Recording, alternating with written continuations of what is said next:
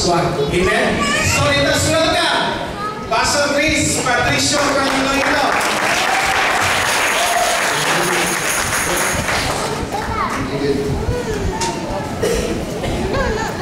Hindi na po pag-i-idolize.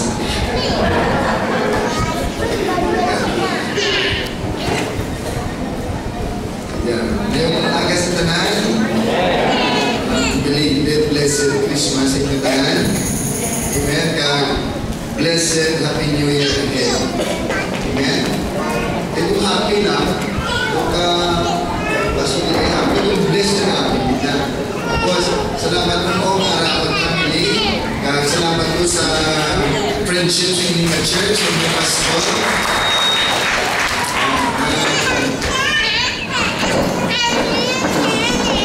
Ako sa ibang lugar, hindi nga ano sa Subo. Gusto ko yung puli na din. Ako yung mag-drive na ito. So, salamat din, pinakabig ko din yung isa sa mga i-bless siyang or body ni Lord nga bukas ang pertahan. No? Amen.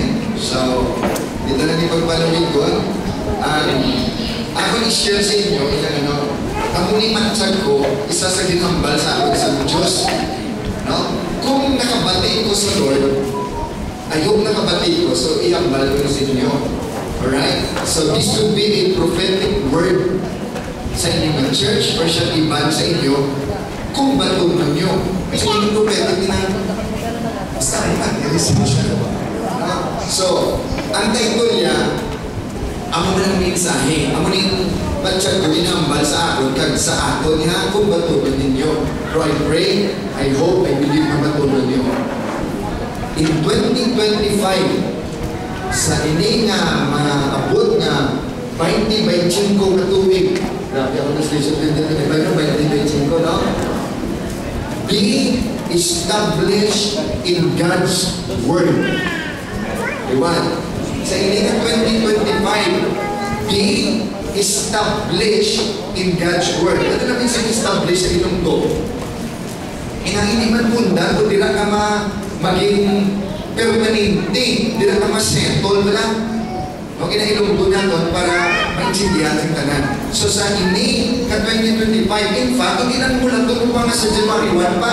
Kung ako yan, dapat insuguran na rin sa una pa, pero kung wala ka pa kasugod, karoon mismo, no? Hasta na sa 2025, basta sa mga masunod ni mga tulig, be established in God's Word. Kapay pa, kumaga, mapundagin ikaw kang ako sa pulong sa Diyos. Okay, i-explain na paano sa Word of God nga atin ang natin. Hindi lang din para sa mga edad, lalo na sa mga young people natin. Hindi lang sa mga kaamay ninyo, kundi kaamay manakon na pastor. Ang wali nga ini, hindi ka niniwali, ang message niya i-share ko sa inyo, hindi ka para sa inyo, para manis ako. I hope para manis ako ng panimalay. So, dapat kita ka scriptures, mauna ta sa Salmo sa Old Testament. No? Salmo 1, Psalm 1, verses 1 to 3. Pero assignment yun na mag-follow through sa tanan. Tapos mag-jump naman kita sa New Testament. Okay na lang sa inyo? Tumutin mo lang kita dira sa pabawsang talamdan. Dapat may Bible ka mo. Kaya magani. In 2025, be established in God's Word. I'll be reading sa NIV version. Blessed is the one who does not walk in step with the wicked or stand in the way that sinners take or sit in the company of mockers. Verse 2, patingin daw, but whose delight, underline ninyo na karon, isa na sa natin ka kanami, nga dapat ma-establish sa pulong sa Diyos. Whose delight is in the law of the Lord, and who meditates on His law, day and night. Anong resulta yan? That person, ang ina ng tao, nga nag-dwell sa pulong sa Diyos, nga nag-meditate, nga nag-establish. Are you with me? Anong matabot siya? It's like a tree planted by streams of water, which yields its fruit in season, and its leaf does not wither. Whatever they do, prosper. Ang prospering, hindi kami finances. Pero hindi pwede ka-prosper ka, mawala ka ka-prosper sa finances. Pero hindi lang yung finances, prospering sa life. Ang manunan na mong kwarta, kontra mo man ang langit at iyang mga subo. Amen? Again, Matthew chapter 7. Hindi naman namin ang pulong sa Diyos.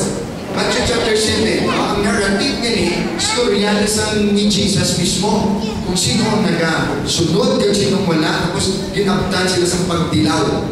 Ang mga isang rason na dapat ma-establisan kung ikaw at ako sa pulong sa Diyos. Therefore, everyone, kita nila ang Bible, wala sang ang mga buti lang, ang mga may salakyan lang, ang mga nakagraduate sa universidad, kundi everyone.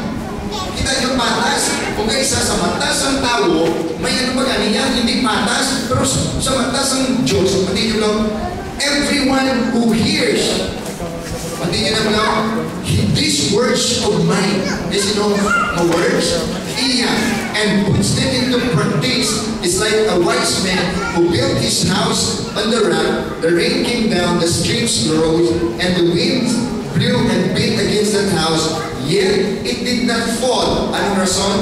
Because it had its foundation on the rock. In other words, dito siya na-establish. Ang rock nga na, kalabanan nila mag-intindi si Jesus. Pero sa hindi nga context, hindi na si Jesus, kundi ang pulong na ginanamin ni Jesus na naghahalin sa iya, kasi sa iya amay, ang unang namin sa Lord of the Lord, ang unang namin sa Bible na itong subong. Amen? Naripagin, Colossians chapter 3, verse 16. Si Paul niya nagkasulat sa mga Colossi. Colossians 3, verse 16.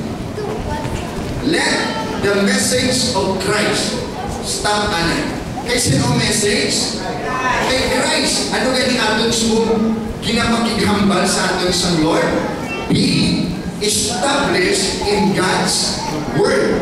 Let the message of Christ dwell. Kaginato ya. You meditate. Kaginato ya. Ano ganito sa Psalm chapter 1? Hindi ka nag-meditate? Nag-delight? Let the message of Christ, ano naman yan? Dwell. Magsiling ka dwell, pero manindi, establisan. Pati ano ko na? Amen. Pati ako sa Estados Unidos. Let the message of Christ dwell among you. This epistle was written sa Colossian church, Colossians. Tapos ang hambal sila ni Apostol Pablo, mag-dwell ang pulong ni Kristo sa inyo. Naman, richly, among you richly. Kita nila, hindi lang yan doon mag-dwell, kundi richly, as you teach and admonish one another with all wisdom. No, sa mga care groups nyo, sa mga Bible study group, house church, hymns, songs from the Spirit, singing to God with gratitude in your hearts. Kaya hindi nila, tapos ari pagay natutuwa natin. Matthew chapter 4 verse 4. Luke chapter 4 verse 4. Sa si Jesus nag face to face kay Satan. Ano ang sabat ni Jesus sa hindi utarsan? Mati ang liya sabat. Ang bagay, it is written. Ano mo no? Man shall not live. Ginko nila sa Deuteronomy. Man shall not live by ensamada, by munggo bread, by Spanish bread. Ano ba ganyan? Hindi. Pero iyan namin, hindi nga ensamada bread. Ano ba yung man shall not live by bread alone. Naminsin nga, ang tao, iwala na kakabuhin sa natural. Kaya pwede nga malakapon ka, healthy ka sa iyong physical, pero hindi ka establish sa iyong espiritu. Naman, kaya tulad mo din nasabat, ladies and gentlemen, ang tao kung naibalan mo, hindi sa unod lang. Kung kapanukan mo sa Bible, sa Genesis, before siya nahulog ang tao, man was a spirit being first. Pero hindi Holy Spirit is the Ghostbuster. Holy Spirit because God is a spirit and God created us in His own likeness. Kaya mo iba, pinapag-insindi sa tao, una, lawas. Tapos may kalag, tapos may spirito, sala. Una, spirito. Ako na sa Thessalonians, be, thoroughly, sanctified in your spirit. Ang ginag-order yan, in your soul, in your body. So, ang mali Jesus, man shall not live by bread alone, but by every word that proceed sa diin out from the mouth of God. Naman, si Jesus was a picture of a person. Yes, he was 100% God, but he was 100% man, just like you, just like me, nasa nag-face of sila ni Satan. And Jesus has to rely on the Word of God. Anong ebidensya? Ang bala, it is written. Amen. Amen. Ano itong ebidensya? Wala sa naisipin na subit ako sa mga angels. Although hindi ako na. Ang bala, i-cast out. Wala sa naisipin, i-cast out na sa akong ngalan. Pwede ako na. Pwede. Powerful ang name ni Jesus. Pero ang bala, because the Word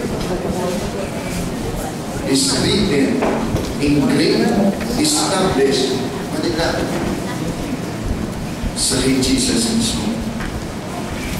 So, this 2025, I am giving you a prophetic word.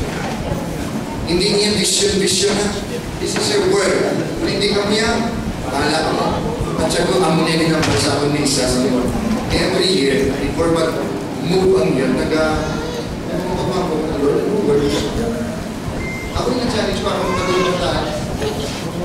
After kakakang sa spaghetti, sa ice cream, sa lechon, kagsang lechon, pagkikot, takong malechon, kagsang apple, kagsang grape. Diba? Ano yan man mo sa spirito? Ako Christian, kasunod sila sa New Year, sa kabalo, ano ba sila sa Lord? Kabalo sila ilang tutuon mag-eleksyon. May nakapalang politiko mo eh. Nakapal sa Diyos. Amen. Pag hindi ko mo din mag-ingay, basta hul mo din kasas. Ganyan si Pastor Pat yun rin, nagbalintay. May driver na ako na lang. Kaya mas kapuyon po. Pero sa totoo. So, be established in God's Word. Ano ang meaning? Ano ang picture sa word established? Meaning niya, firmly fixed. Ano na sa Ilonggo? Firmly fixed. May translator na na, mag-translate. Established means, or is a picture sa ano, firmly fixed. Ano ba yun? Settled permanently. Hindi mo mahulang. Ako na ng isang established. Magwag yung picture. So, pamangkot. Why does God want you to be established in His Word? Naabalang gusto sa Diyos, ikaw ma-establisan sa iyang pulong na wala niya ng sapat. The reason why God wants you and I to be established in His Word because His Word has been established. Psalm 119 verse 89. Nakita niyo kung may projector kita. Abi, kamu na ng mga taga-Amerika. Hindi ng mga taga-Amerika. Muna sila. Hindi tulog sila sa konsamon. Kamu kami ng mga taga-Amerika, pakli naman kami diri sa projector. Ha? Amen! Amen! Sapa! Muna ng mga taga-Amerika, kaya nagkapasnow-snow lang siya ba? Upa, di nga mo. Tayo ringgit. Ang projector naman. Tayo abi padalitin. Ba't ko?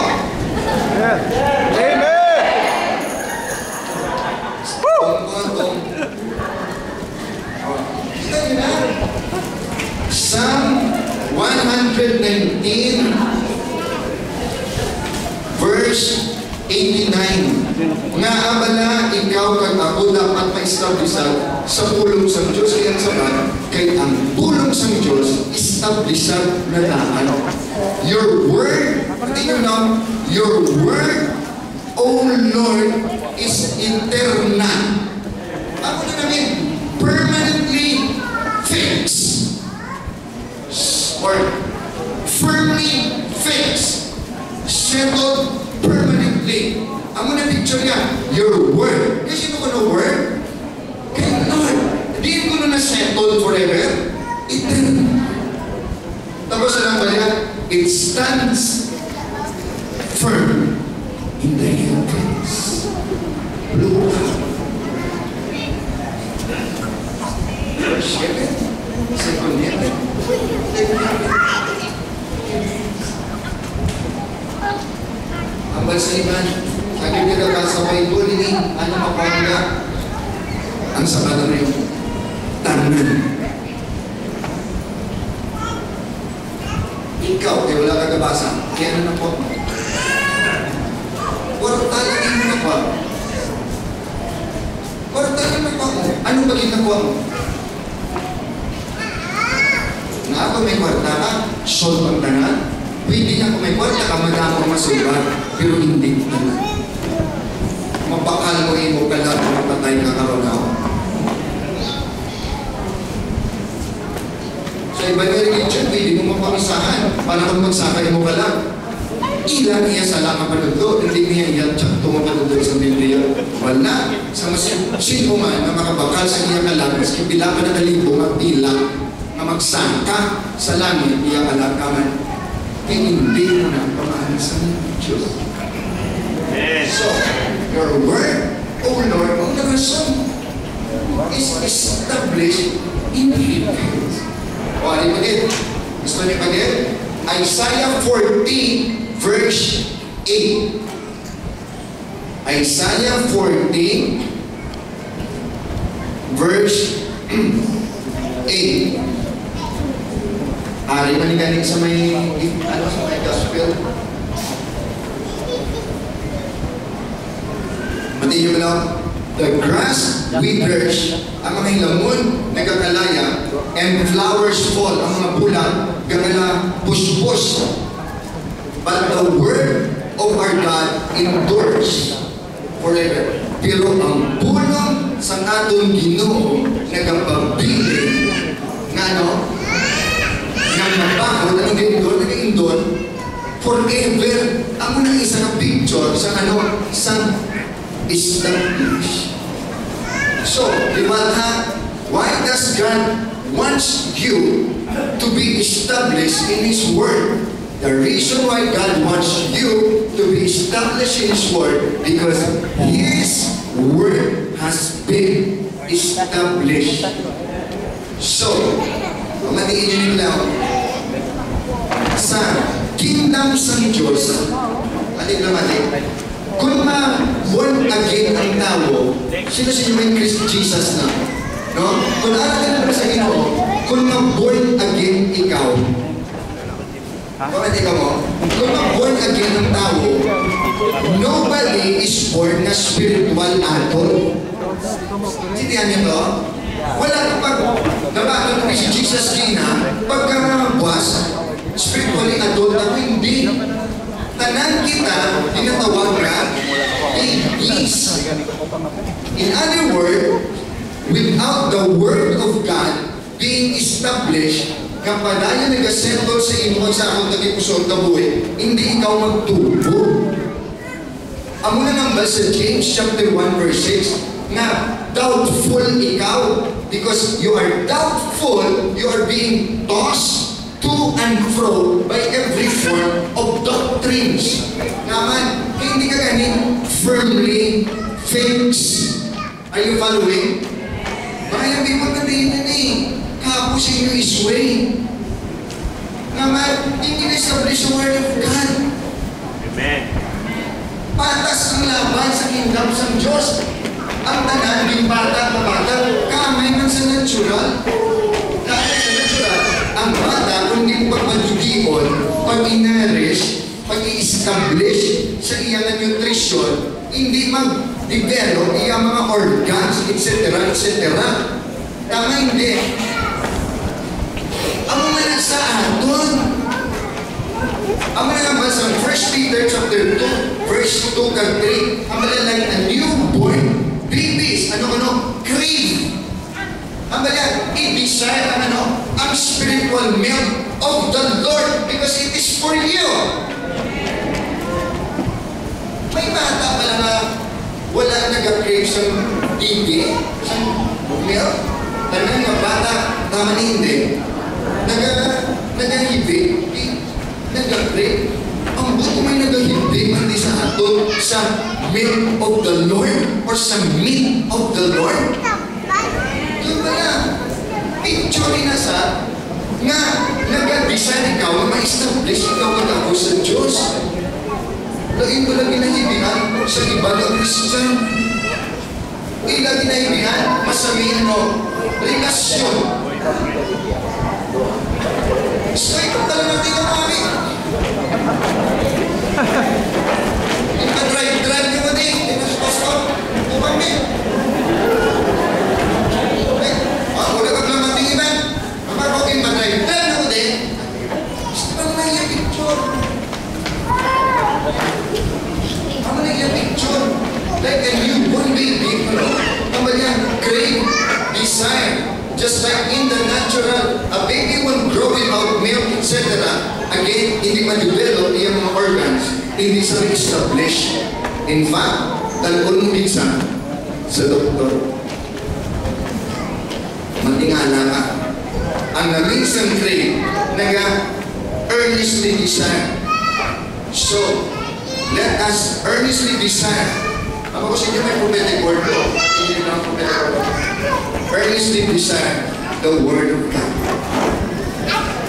Simple na, pag binatol mo na, makibot lagi daw tsura mo sa someone na ganyan person. Simple na yan. God's Word must be firmly rooted, established in my heart, in your heart, so that you can become victorious. Amen? Anong picture nila? Psalm 112. Psalm 112. Basahan nyo lang sa 112. Ang sa verse 1, ang bandira, praise the Lord. Blessed are those who fear the Lord, who find great delight in His commands. Din sa nag-delight? Din sa nag-delight? Kay sino command? Kay sino command? Sa words ng Lord. Nag-great delight. Doon pa rin mo nag-earnestly desire sa milk sa Lord. Ako ito na minsan sa mga nag-meditate. Intindihan nyo na? If you go down sa verses 7 kag 8, ang balita, they will have no fear of bad news. Their hearts are steadfast. Ano na means na? Ang isang translation, their hearts are established. Naman, because he desired, he delights in the Word of God. Nakita ka mo siya? Kita niyo na sa Bible? No? Trusting in the Lord, ang ilang hearts ko mo, secure. In the end, patingin lang, in the end, verse 8, they will look, matingin lang, in the end, they will look, magalantaw sila, nga nga may pagdaog, triumphant sa ilang mga kaaway. Ano pala yung kaaway? Masakit. Be established in the Word of God. Ano lang kaaway mo? Abi niyo, 2025 na, kung wala Word of God, ubod ginagapon kung kag-apon problema sa pag-unto. Hindi sa madalas ang kamara, sa wisol pa, sa... Ano yung mga palupok sa kapis? Bilog-bilog? Ano yun? Kamalupok ang hindi granada? Sa ilong, may kamalupok ko yan. Aling ko ng plato. Ano sa inyo naging kamalupok sa mga? Sabi na yan sa Christ, ha? Pero sa totoo, hindi sa madala, kaman, maupod ginagapon sa imo. Pero ano ba lang ang gusto mo ngalang tawon, nga triumphant ikaw, patok sa imo kaaway. Ang balik ko sa Bible, they will look triumphant over their foes.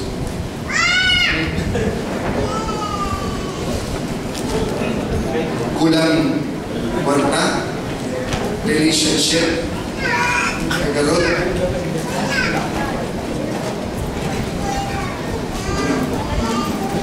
Doon na hindi.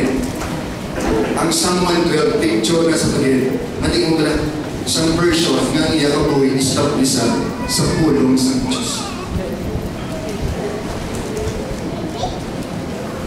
Doon na yan.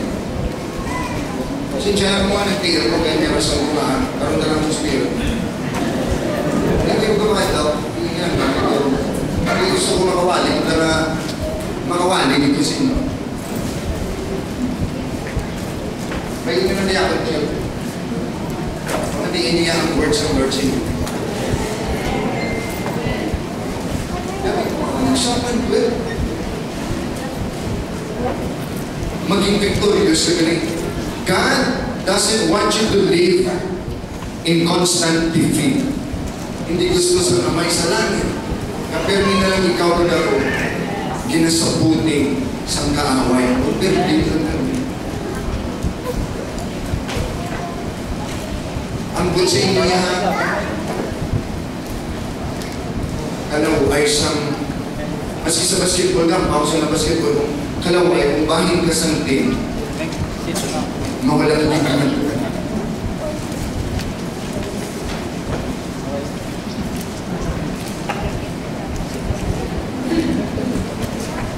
Ito pa, kabudlay, kung bahin ka sa isa ka team, ito wala ka dito dito. Sino gusto mag-compete pero wala kang ibigay isa ng tao? Hello? Pero sino gusto na part ka sa minatawag ng championship team? Imagine mo lang, hindi ka dilaw sa pagdapo. Sa natural na niyo, sa basketball kami sa una, kami nag-represent sa ano, siya, ito sa San Bacolod, hindi daw, pinag sa Nilo, si Pio, sa Eskwila, kontra mo mga Adamson, di sila nito sa Manila, University sa Mindanao, San Bacolod, ay laban siya sa Mutagay, nagwarin ka, si Pio daw, hindi ka, pag nagbuti na ingalipin, laway, feeling. Pero sa'yo daw, gawin din, grabe yung feeling. Ang feeling mo, part kasi mo sa feeling daw, kapag naman gusto sa amay mo sa langit, ano na?